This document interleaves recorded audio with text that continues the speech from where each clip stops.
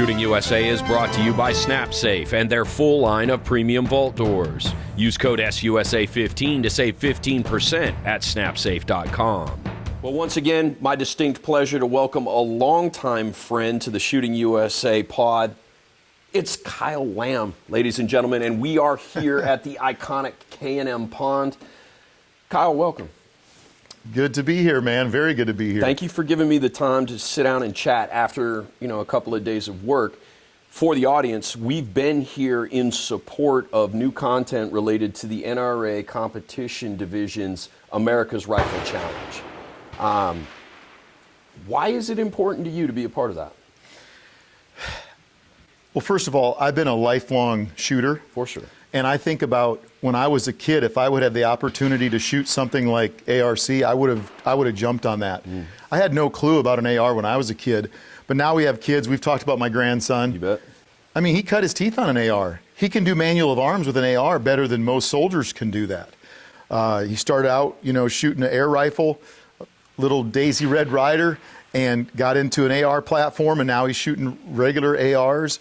And when I see him and I see this art competition, well, one, it's very good for a kid his age, but think about those of the viewers out there that have ARs and they've put them in their closet, they haven't pulled them out to shoot. This is an entry-level competition, at least level one is, sure, that they can take that rifle out and they can get comfortable with it with other people that are of like mindset, and then they can take it either, just enjoy that with their friends, or they can take it to the next level. And to me, I mean, the AR, it's America's rifle. It truly is. Yep. And I'm not going to tell you how many ARs I've got, but I've got a pretty good bunch of them. And I love, especially when kids get involved, I think that's our future. But, if we can get a guy involved and then he gets his kids involved, well, there we go. We've won that. Boys and girls, it doesn't matter. The AR is so easy to adjust to fit their stature. It's an easy gun to shoot with. There's no recoil. It's inexpensive to shoot. Right. Just everything is positive. So I'm really glad the NRA is doing that. And there's other places that have tried to do something like that, but I think NRA is putting the horsepower behind it, and it's going to be positive. You bet. For me, it's an extension of what we've built our brand on, originally American Shooter and then Shooting USA. That is spreading the good news of the shooting sports. You will refine your gun handling capability by getting involved in organized shooting sport of whatever description. And in this case, like you mentioned, they're focusing this on the 30 million plus minus AR owners who are out there who may have gotten the rifle, took it to the range once or twice, and then put it away, and don't really have a place to take another step in learning to utilize it and learning about the family and the community that is within the shooting sports. The piece that is especially exciting for me is when you look at the history of the National Rifle Association, originally founded in the 1800s to help the citizens of the great country of the United States learn marksmanship. That's the original reason the NRA exists. They're doing it again now in a modern era. That, for me, is the exciting piece. Well, I'll tell you, the other thing that's exciting for me, I'm a veteran. Absolutely. And there's a lot of veterans out there that, man, pull that AR out and go shoot it again. You shot it, whether you're in Vietnam or Desert Storm or Panama or the Global War on Terror, whatever. Yep. That's the system that you carried. Man, it's fun. Bring your friends, come out and just have a blast, The bring your friends piece is also an element, and one of the elements that we touched on in this series of ARC tips.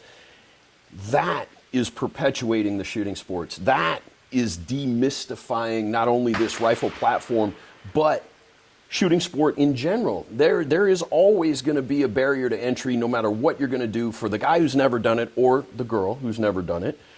How do I get started? Well, this is a great way to get started. Yeah, absolutely. And obviously we're going to have more content related to that to help you take another step and another step, but this one I think is a big one. Tell me about just being here in K&M and just enjoying this iconic location, not only for this project, but in general. Okay, I'd never been to K&M, but I'd heard about it. And one of my friends was associated, the guy that I served with in Somalia was associated with K&M. And a friend of mine got me into some precision rifle stuff, and I met him out here, and I'm like, oh, where has this range been my whole life? I mean, this is the nicest range I've ever shot on. You bet. And what I like about it is I'm a member here as well. So I can drive over here. It's a couple hours from my house, but I can step up on the line and all the targets are in place. All the steel is there. The barricades and the props are already set up on the range. And usually there's not a lot of people here. Today we actually have more people than there usually is at K&M. Yeah. I can shoot to my heart's content. I don't have to have anybody with me, but usually we try to link up and have a friend of ours with us because it's funner to train with your buddies as well. But no, this is the nicest. I mean, I've shot on thousands of ranges. You bet. This is the nicest range I've ever shot on. And the other thing is, it's user-friendly. They let you shoot on this range. Right. Whereas a lot of ranges, there's so many crazy range rules that they won't let you just go out and shoot by yourself. Right. Here, I can show up, I can shoot by myself, and it's just awesome. To be a member of membership, you'll be vetted so that you're known to be a safe firearms handler and so on. But yeah, this place then becomes Disneyland at that point. There's really nothing here you can't do. And there's matches. They do matches here as well. Oh, absolutely. It's awesome. Two of the biggest precision rifle matches of the year are held here on this property. 2 hours from Nashville, an hour and 50 minutes from where you are. Yep. Maybe an hour and a half if you're coming from the west, from Memphis. Absolutely beautiful location. We're blessed by this fall weather in Tennessee. Back to the NRA's ARC competition. Why do you think this is important now for the NRA to create something like this? I think it's important, first of all, as a gun owner, to be a member of NRA. Absolutely. They're fighting for our rights. Okay, so that's important. But the second thing is you have these tools at your house. Why would you not want to become more comfortable with them? I don't care if you're a precision shooter. I don't care if you're doing it for home defense. I don't care if you're strictly a close range target shooter, former military guy. It just doesn't matter. It allows you to take that rifle, and I'm going to go a step further. The AR-15 is the easiest to shoot of any of the battle rifles I've ever been around. It's the most accurate. It's by far the most reliable, and some people are probably going to say, oh, that's not true. That's 100% true. If you add oil, that gun will just continue to run. Ammunition is cheap again, and even 5.56 or 223 was cheap even during COVID. You could get if you could get it, it was still relatively cheap. So why would you not go out and train with this gun that you have? And I think I was out at K&M here one day, and I met one of the shooters, and he said, I have more friends now through shooting competition than I've ever had in my entire life. Now that's one of two things. Either he didn't have, he wasn't in a position where he could have a lot of friends, or maybe, which is more likely, you're going to meet people that are evenly yoked with you. We don't have to be from the same political party. We don't have to be the same religion or none of that stuff. We have to be gun enthusiasts who want to come out and hone our craft. And that's going to make those people our friends. You got it. It goes back to the community, the shooting sports family. You make friends fast on the range. And I think a big piece of that, at least in our experience over the years, has been those who don't fit in that, and just about everybody fits if they want to. Those that don't fit won't last. They won't stay around. Yeah. This, for me, is even more exciting with the mindset that the NRA competitive shooting division has taken, in that we're going to think through all of the shooting sports formats that exist out there, and we are going to make this ultimately approachable. We want this to be for every person. So we're going to take away all of the things that otherwise would make it challenging and difficult. In the level one, it's quite literally stand on a line and learn the functionality of the platform. When you look at what they've laid out, how well do you think that's going to work? Well, so when I first heard about this, I thought, okay, I'm on board, like right out of the gate, just because it's the NRA. They're going to come up with a good competition here, a good challenge, as they're calling it. But what I didn't realize was they were thinking way ahead of what I would think about. Because when I think about it, I'm going to go to my range on my property and I'm going to shoot, or I'm going to come to K&M and shoot. Well, they've went a step further. They've got reduced targets, so you can shoot this on an indoor range.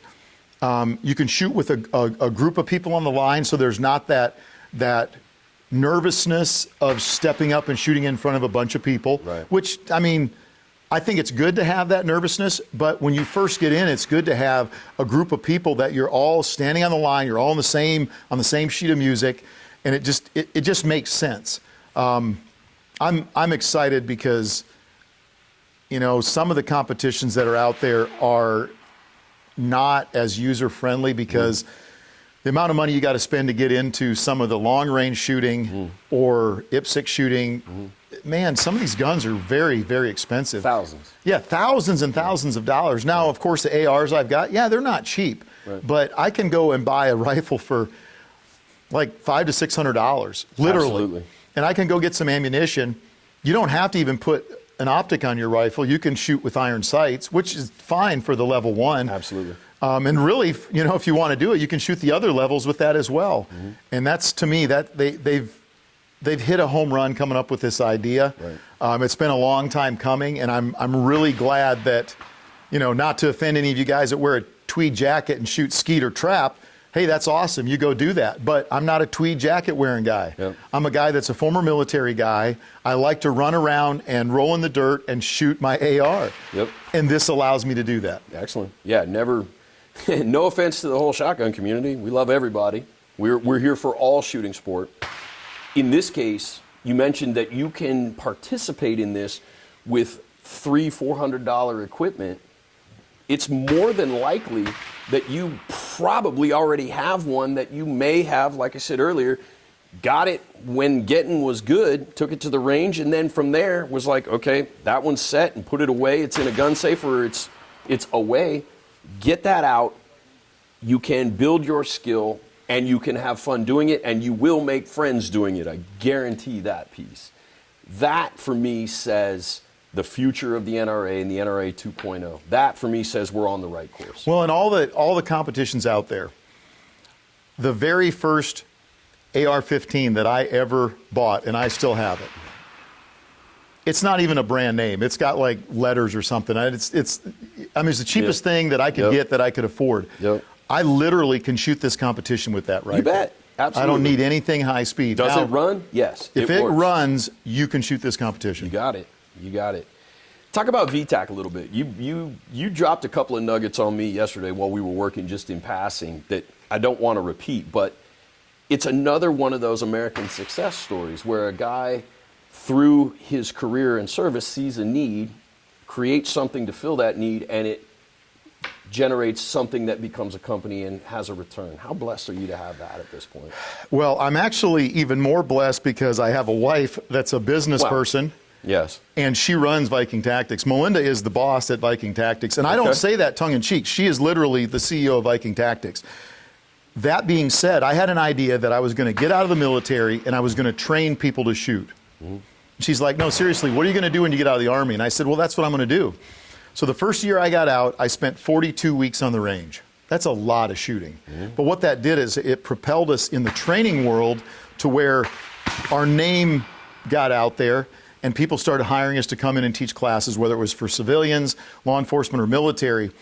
And then before that, I had this idea for this sling. Yep. And now that sling, that's our flagship product, and that's still the product that we sell more of than anything else. We have slings, we got light mounts, we got belts. The 3 books that I've written, I've got another book that's about to come out that has nothing to do with shooting. It's more about war. And I mean, to me, it's a dream come true. Now, one of the things I hate to tell the veterans that want to try to emulate what we're doing is it's hard work. Oh, yeah. It's very, very hard work for me to get up every day and say, I got to shoot guns. Now, so some of you are going to say, well, if I had to shoot guns all day, that would be a dream come true. You better love to shoot. And I'll tell you, one thing I love more than shooting is I love teaching people. You bet. And whether it's my grandson, teaching him, whether it's going and taking a class to learn how to forge knives and tomahawks and being a student and then being able to teach other people that, or whether it's, shooting, teaching CQB. I dabble in the long range stuff. I don't teach very many long range classes just because to me it's very boring for me to teach. Right. I love to shoot it. So I try to stay in my lane where I do the things that I really, really like to do. You bet. And you mentioned the forging work that you're doing, and that goes hand in hand with Stay in the Fight Foundation. Right. And that is, I mean, I can't say enough good words about it, so I'll let you tell the people what Stay in the Fight Foundation is. So my wife went in for surgery, and she had a severe back injury, and they came in at the last second and said, your insurance has been not approved. And my wife turned to me, and at this point she could barely walk, and she was in severe pain, and she said, go to the truck and get the checkbook. So I went to the truck, I got the checkbook, and I wrote a check for her surgery. A couple months later, when she was recovered, and actually an hour after that surgery, she was pain-free and she was walking. So, you know, prayers were answered there Absolutely. as well. But clearly a medical procedure that was needed. Right. So at that point, at 2 months later, she said, we're going to start a 501c3. And I'm like, no, I don't want to do that, because I've been involved with some veterans 501c3s where they've paraded injured guys across the stage and they took in a bunch of money, and then the veterans got nothing out of that. And I also thought back to if she would have had to have that surgery when I was in the military, they would have done one of two things. They would have said no, of course, and then they would have given her a handful of pills and said, start taking these, and that would have just wrecked her life. Sure. So we started Stay in the Fight. It's not for veterans. It's not for military law enforcement. It's for anybody. Right. And the other thing that she told me at that point, she said, 100% of what we take in is going to go to help people. Yep. And I'm like, okay, I'm in. So when people donate, you know, and we're not asking for donations, people donate, we really appreciate that. But if you have people that have hit a roadblock, you know, the first question I believe on our questionnaire is, do you have a job? So this isn't for somebody that's super poor or super rich. This is for the blue collar guys like we are, right in the middle there. You've hit a roadblock, you know, whether it's, you know, food, lodging, clothing, or medical care.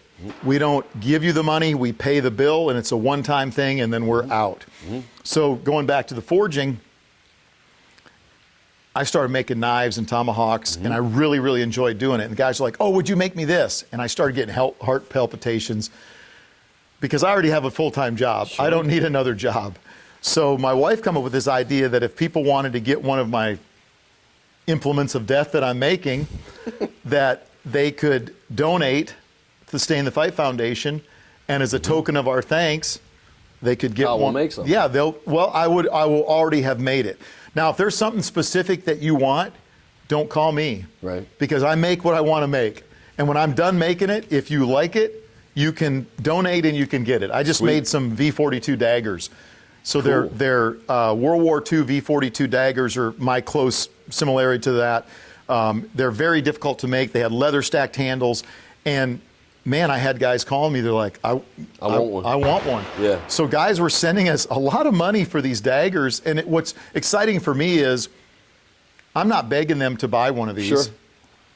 Once I make it, I'm done with it. I put it on the shelf, and I'm literally, for my heart, that's what I needed. You got it. And if they want to buy that, then they can buy it, you know? That's beautiful. So it's been awesome. And it's about donating as opposed to buy. It's not like you're going to cruise a website and see these available. It's, hey, I want to be a part of this. I want to support.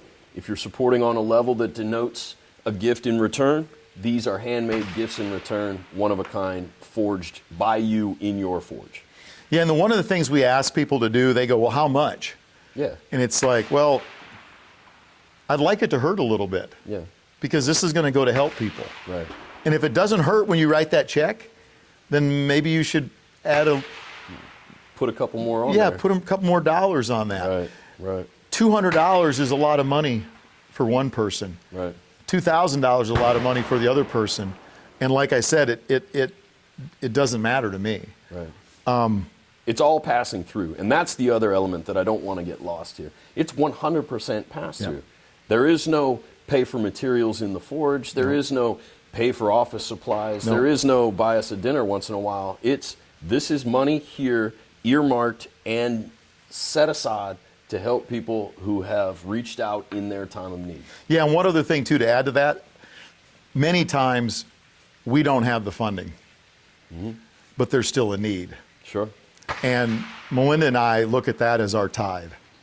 So if we're short and we've got to pay to help somebody, if we don't have the money, we still write the check. You find it. We had one particular instance that came in. It was a rather large amount that they were asking for, and it's like, we've got to do this. And we prayed about it, and Melinda said, let's write the check. And then she went to the mailbox. There was a check as a donation. Isn't that something? For exactly the amount that we needed. That's a God thing. Yeah. You can say whatever you want, but that's a God thing. Yeah, the Lord moves in moments like that. When you need it, all you got to do is ask. That is amazing, man. Amazing. Well, Kyle, I appreciate, again, all of the hard work over the last couple of days. I think it shows that you are passionate and clearly in support of this new movement to grow the shooting sports on the part of the NRA. I'm obviously in on it. I want to push this thing forward. I've built a career out of the fact that the shooting sports are good news and a great way to form community, and at the same time to hone your skills in handling firearms. What have I missed in this conversation?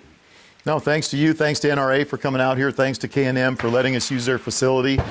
Yeah, stay tuned. I mean, you're going to have more stuff coming, and hopefully what this does is it makes you interested in the shooting sports, because this isn't the only shooting sport. That's it. So get involved in this. If you like it, keep shooting it. If you don't, well, then look at a different shooting sport, whether it's archery or knife throwing, or I don't care what it is, whatever. And I guess knife throwing, that's not really a shooting sport, but yeah, it is. I mean, it's marksmanship. Yeah, and anything involved with shooting guns, I'm very, very excited to get involved with it. We talked about the shotgun shooters. I still go out and shoot, sporting clays. Yeah. I really enjoy doing that. And yeah, get involved in the shooting, and the ARC is the perfect place to start. You got it. Thanks again.